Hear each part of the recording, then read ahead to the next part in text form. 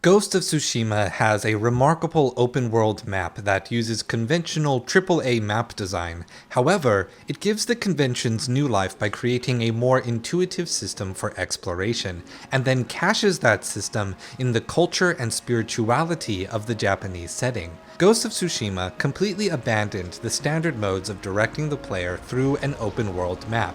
Things like mini-maps, markers, and a compass rose are mostly absent. Rather, the player is occasionally led by birds, foxes, other animals, or the direction of the wind to suggest the location of a nearby point of interest. This combines the Shinto beliefs of reverence for nature with the Buddhist belief of reverence for transience in a unique, intuitive gameplay. But what exactly is this system if we fully abstract it from the presentation of Ghost of Tsushima?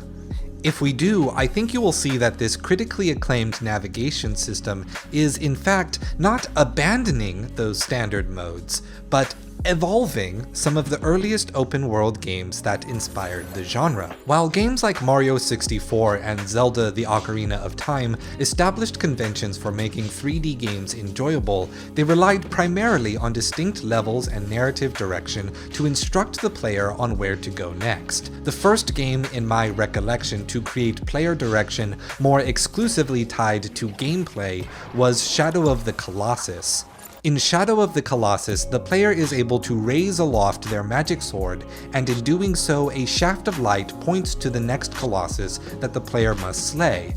Beyond this, the game really offers nothing in the way of direction. It is sparse and minimalist, and as a result, it was also very immersive and innovative. It was an active way for players to direct themselves within the logic of the game. It was so effective that few open-world games were able to replicate a version of this guidance that worked well. One example of this method that did not work all that well was in the Elder Scrolls V Skyrim, the clairvoyance spell.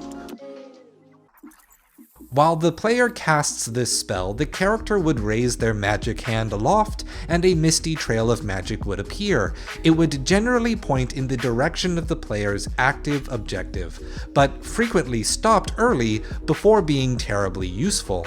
Instead, Skyrim players would rely almost exclusively on map markers that would appear on a compass on the HUD, while also being indicated over the objective's location as well. It was a constant and passive system, which made the quest markers a significantly more effective tool than the clairvoyance spell. But while it was high in utility, it lacked an immersive and integrated presentation that was part of the game's world. In Shadow of the Colossus, the weak point of navigation is that it felt too active and too direct. It takes a large open world and turns it linear. The weak point of Skyrim's clairvoyance spell is that it was too limited to be useful. However, because the detail and passivity of Skyrim's quest markers made them extremely useful, it suffered the same problem. It takes a large open world and turns it linear. Therein lies an important lesson of game design to pull from Ghost of Tsushima. While the presentation of this system is beautiful and fantastic, at its core it is only a slight repurposing of active and passive navigation systems that Shadow of the Colossus and Skyrim already use. But sometimes that is the most elegant solution to a problem. Ghost of Tsushima's nature-based guidance system cuts the difference. It achieves a virtue of the mean between these two extremes. The player receives a passive guidance toward an objective, in the way of Skyrim. However, the amount of detail, the amount of guidance, is being reduced to just the general direction that the player should go, in the way of Shadow of the Colossus.